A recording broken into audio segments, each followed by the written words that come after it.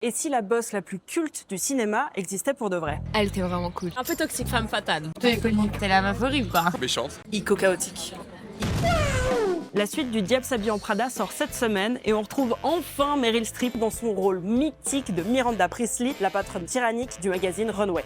Un personnage détestable, mais plus vrai que tu ne le penses. Ah bon? En 2003, Lauren Weisberger écrit un roman inspiré de son premier job à New York, celui d'assistante d'Anna Wintour, la redoutable rédactrice en chef de Vogue. En 40 ans de carrière, Anna Wintour s'est imposée comme une des personnes les plus influentes au monde. C'est elle qui décide de tout dans le milieu de la mode et elle peut aussi bien lancer une carrière que la détruire d'un simple coup de fil. J'appelle, je dis allô. Du coup, pendant le tournage, presque aucune maison de couture accepte de prêter ses créations de peur d'être blacklistée par Vogue. No c'est bueno. On raconte même qu'Anna Wintour les aurait menacées pour pas qu'elles participent au projet. Est-ce qu'on peut faire plus Miranda que ça? Non. Les seules qui acceptent sont donc celles qui ne risquent plus rien. Chanel, Dolce Gabbana, Prada. Résultat, un des budgets costumes les plus chers de l'histoire du cinéma. Mais plus qu'une simple conna, Meryl Streep en fait un personnage complexe en mettant en avant la pression qui va avec le job et les sacrifices nécessaires pour en arriver là. No queen drives away another Mr. Priestley.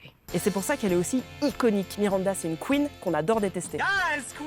20 ans plus tard, son personnage est devenu tellement culte qu'Anna Wintour elle-même a décidé d'en jouer. Cette fois, pas de sabotage, elle participe même à la promo du film, en allant jusqu'à apparaître pour la toute première fois en couverture de Vogue, aux côtés de Meryl Streep et en Prada, évidemment.